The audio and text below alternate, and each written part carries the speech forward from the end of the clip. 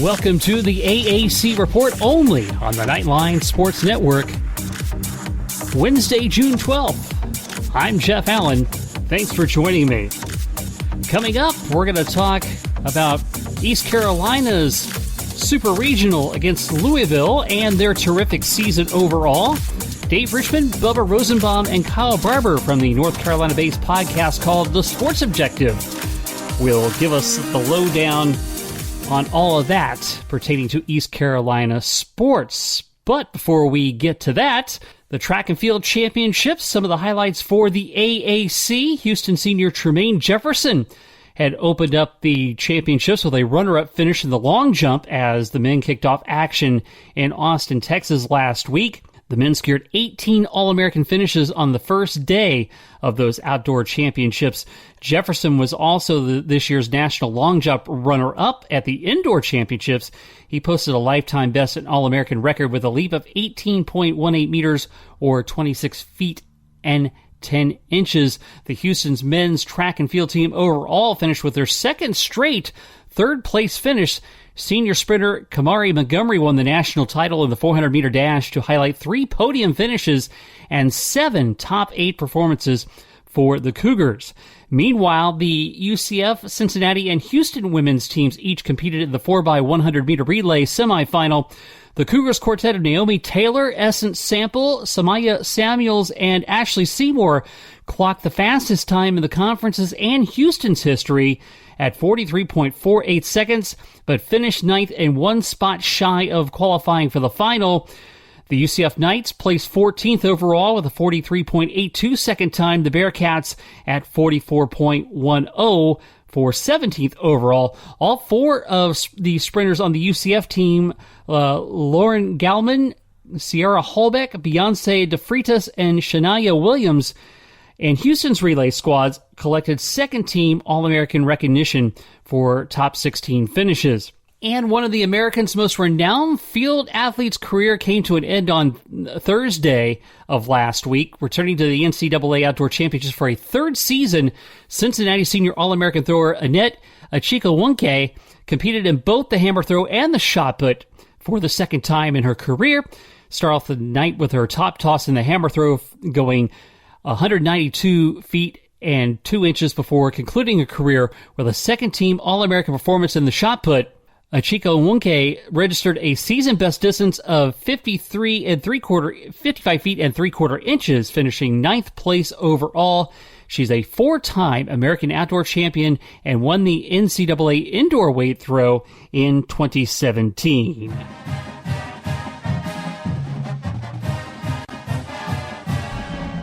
ECU's run at the College World Series comes up short in the Super Regional in Louisville, getting blown out twice by the Cardinals. Joining us now to talk about that as well as ECU's terrific season are Dave Richmond, Bubba Rosenbaum, and Kyle Barber from the North Carolina-based podcast called The Sports Objective, which does a great job covering the Pirate sports scene. Gentlemen, thank you all for being here.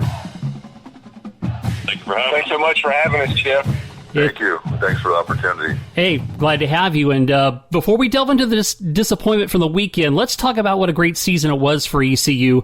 Regular season conference champs, first team to win 20 games in conference, nationally ranked in the top 10 most of the season.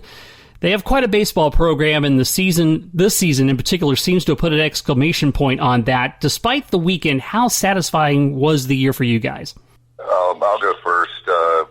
This is Dave. I really thought with 47 wins, it obviously, I think it hit us.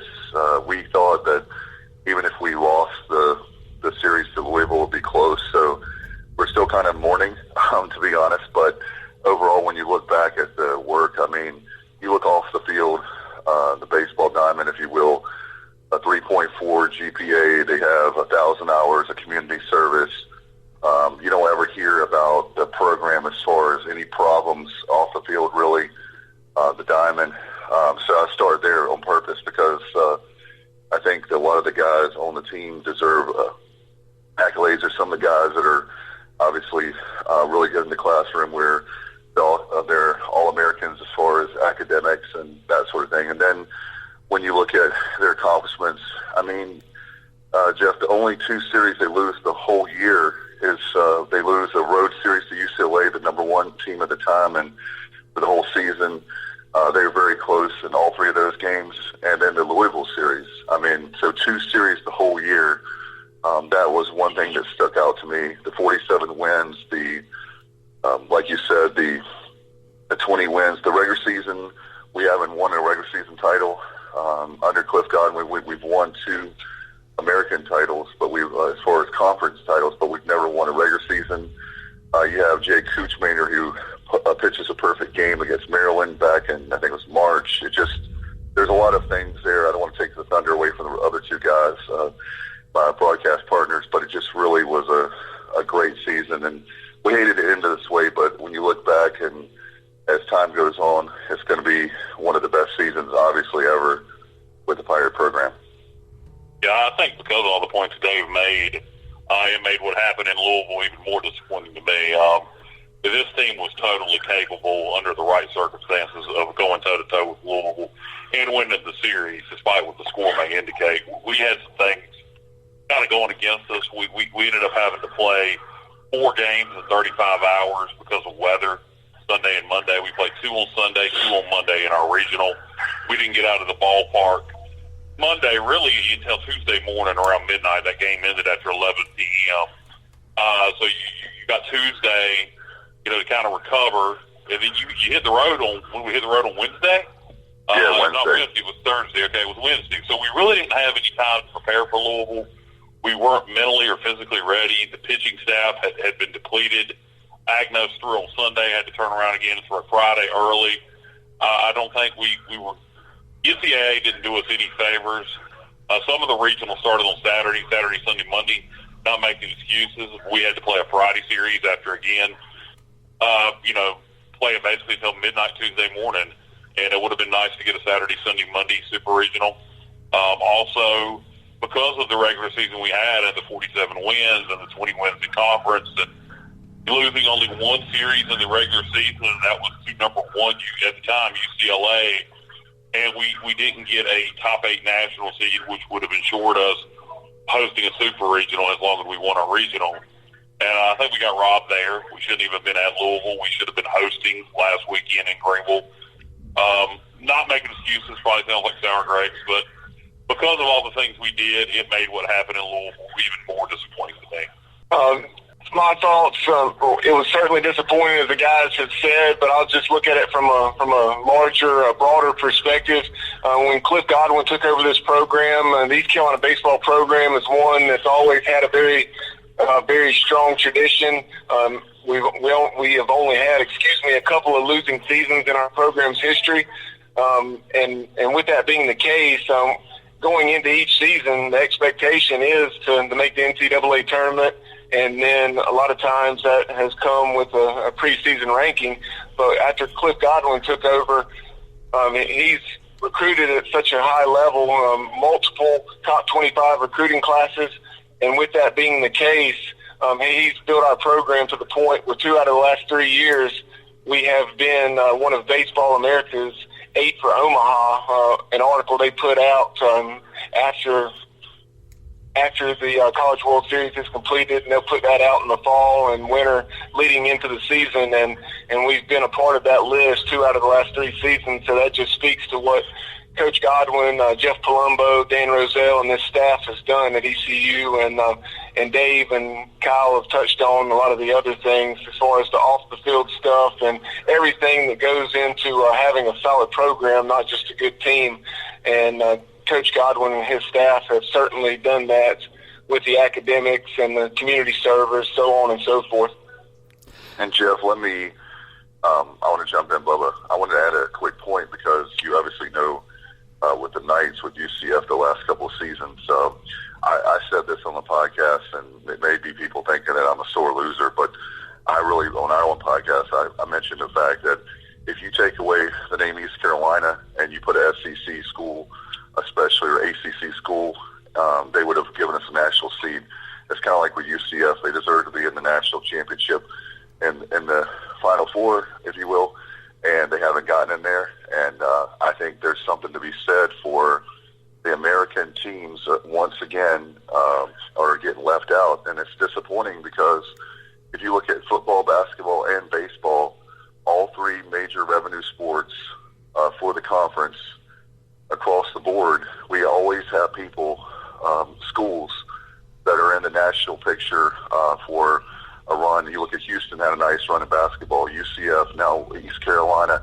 So I think there's a lot to be said for the American getting robbed, and I know people may get mad at me saying that, but I think if Kyle's right, they should have given us a national seed. I know Cliff Godwin, a lot of people close to the program were really hurt that they got a number 10 seed. I think that we thought they would get a number 7 or number 8 seed, barely making a national seed, and they didn't. So. Well, there you go. You've come to the right place to complain about the American not getting the respect it deserves. I'll tell you that. Well, I knew that you covered that, but I thought more about it before preparing myself this afternoon, knowing we had to interview with you. I thought long and hard because of what Coach Godwin said after that. But and he said even if they won the Louisville Super Regional, he was going to talk about not getting a national seed, and it reminded me when I was thinking about that of UCF. So. And I know Kyle is huge with football, and we've been talking about that on our podcast, how UCF should have definitely been in the national championship picture. So, again, it is what it is. We just have to, I guess, continue to do what we're doing, and eventually that'll, through lawsuits or some way, we'll get in the national championship picture. So, well, and Jeff, something else before we move on is very noteworthy and worth mentioning regarding Coach Godwin and this baseball program. This completed his 5th season at the helm, and those first 2 seasons he did a lot of great things. He won the conference tournament in year 1, and then also in year 2 after going 2 and out, I believe it was, down in Clearwater, and we won the Charlottesville Regional against the defending national champion, and we're 90 feet away from Omaha, won the only Super Regional game that East Carolina's ever won out at Texas Tech.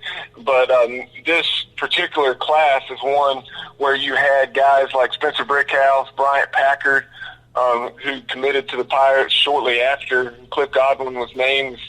Something like 4 days after Cliff's hiring, he got that big-time commitment from Bryant Packard, who was such a huge contributor to each of the last 2 seasons. Guys like Jake Agnos.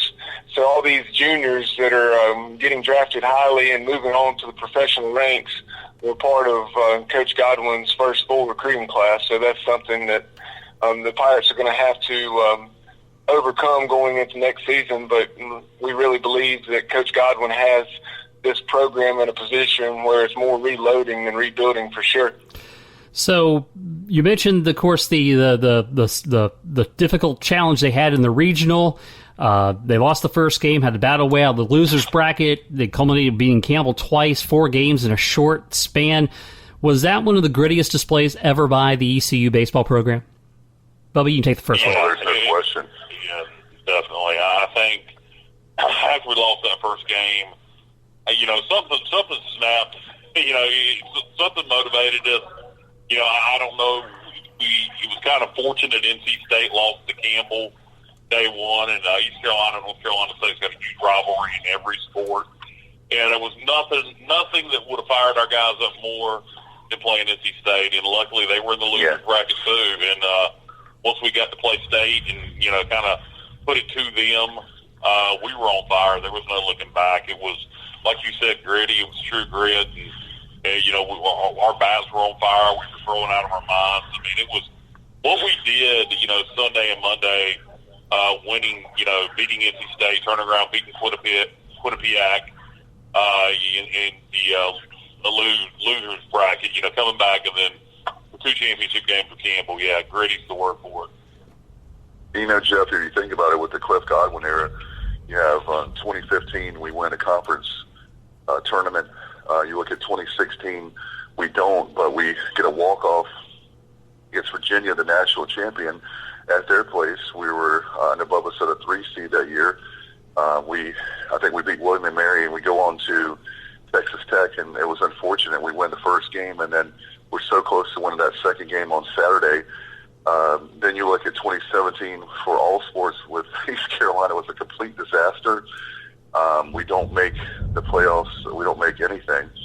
2018, last year, we had a weather delay where we're on the verge of beating Wilmington, and instead, in the losers bracket, they come back and have a tremendous one inning. They scored multiple runs, and then this year it seems like, and then we're now in the Super Regional. So there's like if you want to use a cliche or analogy of like a ladder, where Cliff Godwin took this program, where he got the program, and where we are now is, I think, an elite program. I think there's a difference between, I've always heard the saying, there's a difference between being good and great. And I think that the team has always been good. There's always been a good program.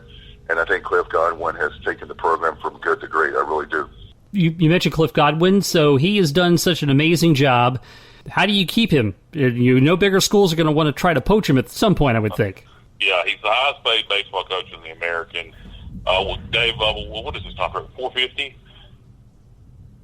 He's got bonuses in there. It's the base salary of, I want to say it's somewhere around $4, and then he's got this year, guys, his salary was $375, but then he also had a lot of incentives that he hit on, like winning the American regular season championship, hosting a regional, winning a regional, and so on and so forth. So yeah, he had well between $450,000 and $500,000 this year. And that's climbing 10 years annually. So go ahead and finish your point, Dave, and then I'll add on with something. Okay, sorry. I was just going to say, my understanding is that I think it was 2016 after that super regional run with Texas Tech. I think Alabama offered him $800,000. Some people were saying $1 million. I'm not sure. It was way high, and he turned that down. Last year, I know we talked about this, Mississippi State, of course, the guy we had on the podcast said Mississippi State didn't officially offer him the job, but we were told Mississippi State offered him a ton of money. He turned it down. One of the things for Cliff that's big is that he was a player under Coach Keith LeClaire who had ALS. I don't know if you know that story, but who really put the program on the map, and he was played for Coach Godwin. I'm sorry, for Coach LeClaire. And now Coach Godwin wears the number 23. And whenever we go to Omaha, he's going to retire that number so that Coach LeClaire will actually make it to Omaha because he was destined to be there. And unfortunately, his health deteriorated very fast because of that awful disease. But that's where we are now is I think Coach Godwin, if the money is right, I would think what I'm trying to say in a nutshell is he's going to have a dream job of something, a particular school in the SEC that he wants. He's not just going to take any school that offers him a boatload of money. It's not about money's not motivating him. What's going to motivate him would be, I think, right now for East Carolina, it will be getting to Omaha. He'll be the coach that does it. And that would be a huge feat for this program. And I think after that, then money may play a factor. And ACC or SEC schools come calling. We heard last year Georgia Tech. There's been all signs in Mississippi State. But that's a good thing, Jeff, is when you have a coach that's like Cliff, Coach Godwin, it's a good thing when you have a coach that people want versus what we've had in the past where you couldn't get the only way you can get rid of them is to buy them out. Yeah, and to add on to that a little bit, he just had his contract redone back in the fall, and was given a little bit of a raise, all kinds of incentives that are in there, and there was also some things done in terms of facility upgrades that he requested that are helping keeping him here. It's like Dave said, it would have to be the right situation for Cliff to leave. I think there are certain schools. I'll go ahead and say at LSU. That's the number one. I think that would be a problem. But he's turned down SEC jobs already. So Cliff's a little bit different. He wants to be here. Like Dave said, he played here under Coach LeClaire. He wants to finish LeClaire's dream of getting this program to Omaha.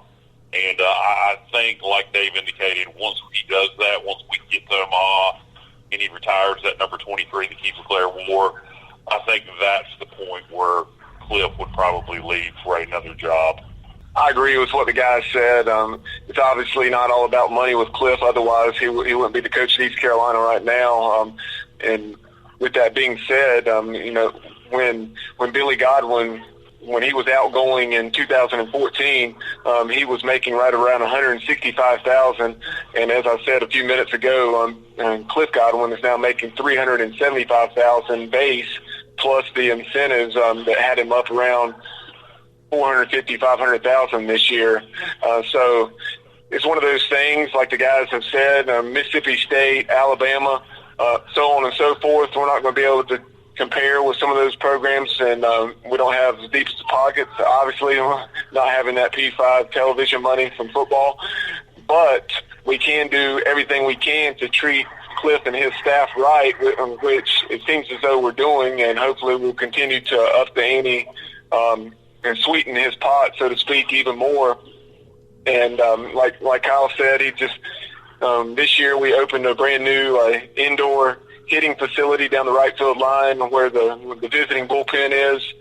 We also have some other things in the works, such as a professional locker room for former Pirate players that are currently in the minor leagues or big leagues and will be coming back in the off season to work out, and an on-site weight room for strictly baseball.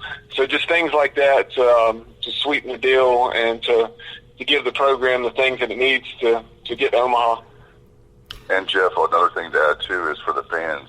Cliff he saw his press conferences at the regional. He was very emotional about those crowds.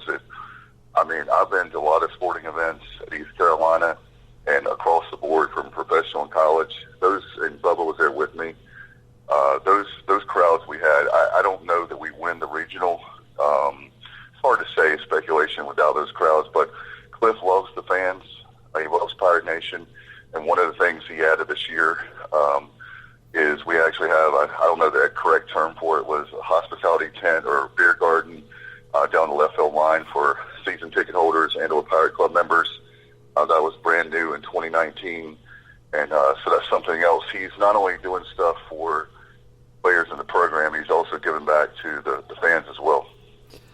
Yeah, so obviously and for many years East Carolina really has built such a wonderful baseball tradition.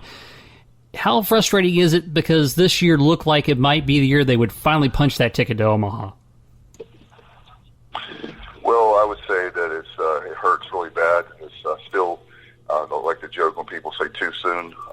It hurts really bad. I felt like this was the group that's by far the most talented team that Cliff has had. However, he always, on our local radio station, Pirate Radio, and they play a clip of him saying, look, I know we're going to Omaha. I'm paraphrasing. I just don't know when. And I think Kyle's mentioned it several times. I think what's going to happen is, and I think Bubba has too, it's going to be one of those 2016 years where we were blessed to be in the regional, to be honest. We have the talent now. We have way more talent than we did then. And we're 90 feet away from Omaha twice. We really thought that day, that Saturday afternoon in June, it was like 95 degrees that day. We thought that we were going to be in Omaha. We were there, and we would have never thought that in a million years. So I think it's kind of like life. It's when you least expect it. I think we're expecting it, and maybe when we least expected, a team that maybe doesn't have the talent or maybe has a situation kind of like what we had with the regional, having to play 4 games in 35 hours between being the losers bracket and the rain and the bad weather and all that kind of stuff.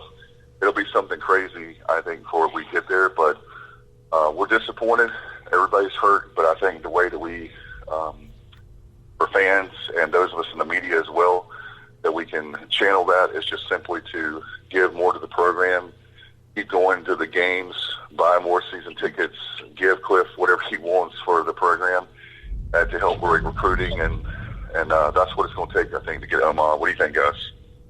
Yeah, it's frustrating that this was, on paper, the team that should have gone to Omaha. But, who's to say next year we got a young team? But who's to say we don't, let's say next year we're a 2-seed or a 3-seed. This year Michigan was a 3-seed, one of the last 4 into the NCAA tournament, wins their regional on the road, goes and beats UCLA in the Supers on the road. Now they're in the College World Series with all the momentum in the world. So, next year maybe we're 2 or 3 seed on the road, and just like in 2016, we could make the Supers again and take care of business and go to Omaha. So it's very frustrating, not to make it this year. I'll use another example. Back in the late 90s, Tennessee, Peyton Manning is going to win a national championship. The year he graduates, T. Martin goes in there and wins a national championship in Tennessee.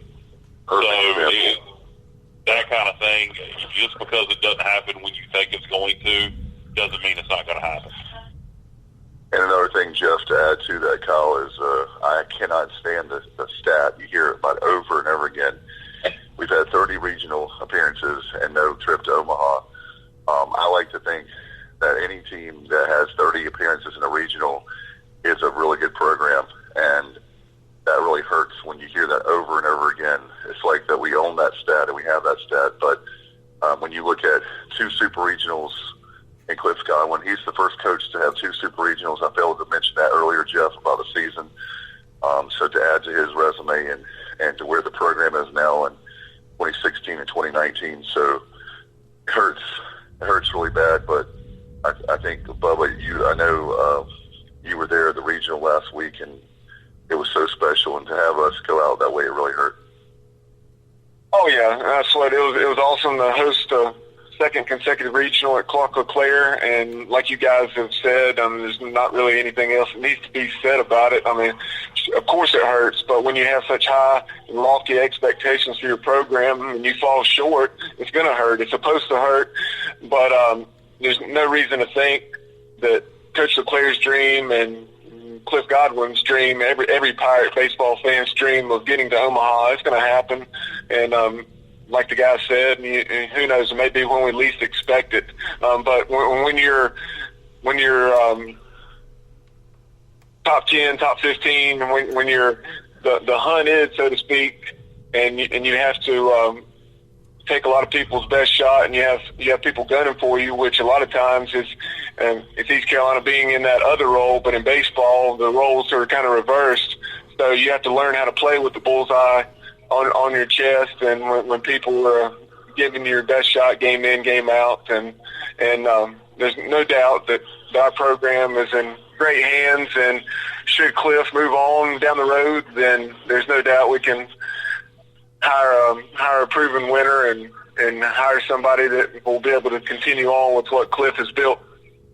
So you mentioned when you sorry about that. So on one of your recent podcasts, you guys had discussed the East Carolina identity crisis with the media, where folks are calling it Eastern Carolina, and we can identify that with here down in Orlando. It took forever to get the national media to call us UCF instead of Central Florida, or sometimes they would really disrespect us and call us UFC. So tell me, do you feel like the ECU brand is starting to make at least making some dents in that? No. Well, to be quite honest with you, we're kind of torn amongst the fan base with that. That ECU thing. In terms of an abbreviation on the television screen, I wish they would put ECU instead of E Carolina. But most of us want to be called East Carolina. We had a chancellor here by the name of Cecil Staten, who was kind of a goofball, that didn't like East Carolina or what we were and who we were, and wanted to change everything about us and call us ECU, and wanted to pretend like we weren't East Carolina.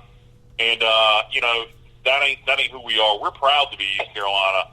So I think you're actually going to see a little bit of a getaway from that marketing of ECU. It's fine. We are ECU. And that's a fine abbreviation. And I would speak with you properly. Again, when it's on the screen on ESPN, on the ESPN bottom line, or on the little scoreboard, ECU instead of E Carolina, or God forbid E-Car. I've even seen that. That's when ECU needs to be used. But you're going to see a return a little bit to the East Carolina name. That administration's gone that was kind of pushing that. And it's not that there was anything wrong with that, like you guys rebranded from Central Florida to UCF. It was the way it was done. It was kind of done. Most of us kind of took it by the chancellor who was here at the time. What's the word I'm looking for, guys? It wasn't done just for branding purposes. It was almost like he was ashamed of the name East Carolina. And so some of us didn't take kindly to that. Yeah, I think like Kyle's saying, it's something that, in my opinion, it was done because of being called Eastern Carolina repeatedly. But that's occurred just as much, and it seems like even more so since we've been specifying and making it known to the media in our fact books and media guides, what have you, that we want to go by ECU. But I think the East Carolina, like Kyle said, according to the current administration, it's going to be making a return in a lot of forms, such as in the end zone at the football stadium, and on the jerseys. And I really think, Jeff, that the Eastern Carolina thing, a lot of the media is made up of journalists from University of North Carolina. So I really believe, not all the time, but I believe a lot of the time it's an intentional thing where they're trying to get in a little jab at East Carolina fans because they know we hate it so much. And Jeff, let me add to that too. I didn't hear all that, but the late 60s, Leo Jenkins, the best chancellor we've ever had. I don't know if you guys mentioned this, but he literally fought for us. They were trying to make our name when we became a university, the University of North Carolina at Greenville. He fought like crazy for us to have East Carolina University. It was East Carolina College, and I think it's disrespectful to a man that put in many years, did a lot of great things, including has the med school here that's tremendous, one of the best in we have one of the best medical facilities in North Carolina in the world, and he had a vision. And to disrespect, and I know what they're trying to do. What they're trying to do is get into mistakes. But Jeff, you know, as a broadcaster, the guys have done a great job too over the last year and a half. We've been doing the podcast to get names right when it comes to a person's name or a university, a team, whatever. We work really hard to do that. And I think what a lot of times too is just incompetence. I think people make mistakes. And I think that our people at the school, they're tired of people mispronouncing their names, so they said, all right, we'll go something simple. And the funny thing is, even though we've told them a million times to say ECU, they still get it wrong. So I think it's incompetence. I think that's what it comes down to. And Bubba may be right. It might be somewhere people are getting a jab in. But I think people sometimes are lazy and they don't do their homework. And that's, I'm very passionate about it. I love East Carolina University. They gave me a chance when maybe a lot of colleges would never give me a chance. And so I have a diploma that says East Carolina University. That's what it is. So I dropped the mic. Also, something else I want to point out. The East Carolina name is unique. People screwing it up saying Eastern Carolina, to me, that's a whole other thing. But to me, another problem with the ECU thing is when you're reading it, it's fine. But when you're saying it, it sounds like TCU or it sounds like VCU. So right. To me, that creates confusion. Like UCF is, UCF is very distinct. It's not, you're not going to confuse it with anything else unless you do say USC. But besides that, I mean, I've never heard that, but it's funny. Yeah, well, I have, and clearly that would just be confusing it with the name. Nobody's going to confuse the Ultimate Fighting with a university. Well, I will tell you that I will, henceforth moving forward, make sure I say East Carolina on the AAC report moving forward, because I definitely respect that plight for sure. So baseball's done, and we're in summertime, but it's never too early to talk football. So what are the early returns on new coach Mike Houston? He was a national championship winner at the FCS level with James Madison. Well, I'll tell you what, Kyle, Bubba, and I would say all three of us, and I will tell you this. Last July, we reached out to him. He was still the coach at James Madison. A lot of Pirate fans wanted Scotty Montgomery done after year 2. It was not getting better, and we knew it was not getting better. We didn't want another 3-9 season.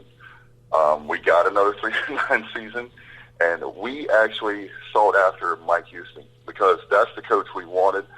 And it's kind of funny, Jeff, I'll say this too. It'll never happen in my lifetime again where all three coaches are the coaches I wanted for the top 3 sports at our school. With Cliff Godwin, as we talked about a lot, Joe Dooley's come on the scene, and then just now talking about Mike Houston. I'll say Kyle and Bubba and I, we cringed when Charlotte offered him the job early in the week. We were just like, oh my God. And then the fact that we feel like, I will tell you, covering the team, I get a chance to go out to practice. Bubba's in the western part of the state. Unfortunately, we'd love to have him a lot closer. And Kyle's at work about an hour, 45 minutes away from Greenville. And I get a chance to go out there. It's night and day. The practices for spring practice were so intense, just like what you'd expect for a football game. And I've heard people sum it up, and I think it's true.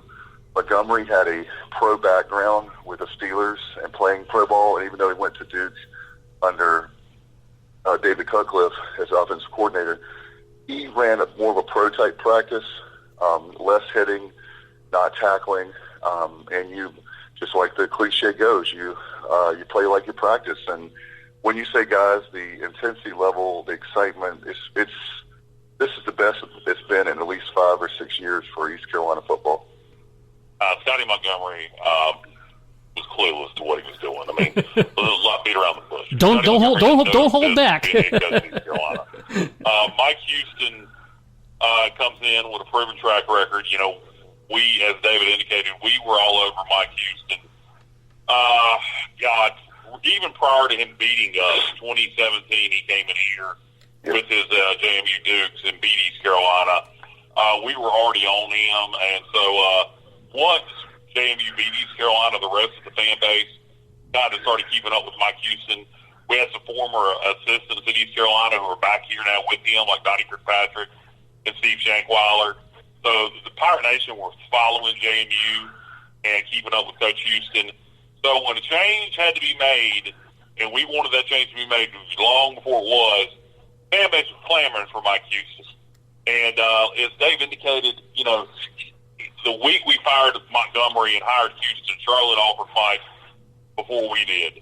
And when Charlotte made that offer, somebody got in somebody's ear, and Montgomery was fired early, and the offer was made to Mike Houston. So far, so good. Spring practice, by all indications, was way more physical than it has been in several years, at least since Coach McNeil was here. There's a lot of excitement. I mean, he's got a lot of stuff to clean up. There's a lot of work to be done. It's not going to be an overnight fix. But Coach Houston and bringing his staff with him from JMU, you know what? One thing, those guys don't have to learn each other. There's going to be no on-the-job training for the coaching staff learning to work together. 90% of that staff was with Mike at JMU. So that's good right there. They can hit the ground running. I think you're going to see a big turnaround this year. The non-conference schedule is as easy as it ever gets at East Carolina. 2 FCS opponents and an ODU team that on paper shouldn't be very good, though we do play up there. We do have to open up with NC State, which will be challenging, and it's a big rivalry game. But I think there's a chance with this non-conference schedule, with getting some winnable conference games at home, like Tulsa, like USF, that we could flirt with both. Connecticut, well, that's on the road, but yeah. we could flirt with bowl eligibility this year in year one under Mike Houston, which some people may be shocked to hear that, but I really believe that. I don't know that it'll happen for sure, but I'd be surprised if we're not with that 5. We'll be somewhere. I really believe we'll be somewhere between 5 and 7 wins. We have a great quarterback with oh Lord, I'm drawing a blank, guys. Holt Nailers. Holt Nailers, thank you. We have a great quarterback with Holt Nailers to build this thing around. Coach Houston did indicate that offensive line may be a lot better than people thought it is. I do think on the D line there's a lot of work to be done, but Coach Houston's going to turn this thing around, and our football will be in time what it should be, and what it should be is a competitor in the Eastern Division. We should be competing with UCF and Cincinnati, on a yearly basis at the top of the American, with apologies to Temple. I don't want to leave those guys out. But what East Carolina football's been in the last 3 years, ain't what East Carolina football is. It's I don't know what it was, but it won't Pirate football. I have a couple things I'll add. The first is in regards to the scheduling and what Kyle touched on regarding 2 FCS opponents. That was due to circumstances pretty much out of our control. You have Gardner-Webb, which is game 2. Gardner-Webb, that was a result of a scheduling deal with South Carolina that fell through, and then the William & Mary game, that was a situation where last fall with the hurricane hitting eastern North Carolina, that's where you had a situation where the Pirates made the decision not to travel up to Virginia Tech, which I believe and we believe was the right decision. And because of that, Virginia Tech was really, their athletic director, Whit Babcock, was really looking for any way out of that series. So that gave him a convenient way out. And so we had to scramble for a game. And so that was obviously what you end up with, the second FCS opponent. So pretty much the least desirable home schedule in quite some time. But even with that being the case, season ticket sales have been significantly higher than what they were a season ago under the third year of Scotty Montgomery. And then the other thing that I would say is I really love Coach Houston's straightforward approach. He doesn't sugarcoat things. And like Kyle said, there's a lot to change, and there's a lot that has to, get better before we can accomplish any of those long-term goals that he has as far as competing for championships. But with that being said, we certainly anticipate that being the case down the road with the caliber of the coaching staff that we have. All right. Well, I'll tell you what, this was a whole lot of fun. Dave Richmond, Bubba Rosenbaum, Kyle Barber from the Sports Objective. Guys, we'll have to do this again when we get closer to football season, when we do our previews. There's no question about it. We'll be talking to you about what we've got coming up as well. We've got a special treat for those that love football, so we'll be talking to you about that later on. That sounds good. Absolutely. Thank you so much for having us on, Jeff, and we look forward to having you on the Sports Objective down the road. You got it. Great job by Dave, Bubba, and Kyle. And I do want to encourage those in Night Nation and our listeners here on the Knightline Sports Network to support the cause of calling them East Carolina and not ECU. Of course, I said ECU about 1 million times before I brought up the question about their identity crisis, and they politely did not correct me or shame me, so thank you guys for that. And hey, we know what that's all about. We went through it very much at UCF. By and large, we have that mission accomplished. A few outliers here and there, but the UCF brand is strong as UCF, and we are not thought of as Central Florida like we used to be. So make sure when you talk about the Pirates, it's East Carolina. Well, folks, that's going to about wrap things up as we wade into summertime. We will pop up on occasion and then be back full time before football season to get you revved up for that. I got some great things in store for you there, so very much looking forward to that. And as always, Sons of UCF and Knightline will keep you entertained during the summer months as well. That'll do it for this edition of the AAC Report, only on the Knightline Sports Network. I'm Jeff Allen. Thanks for listening. Have a great summer. Football will be here soon.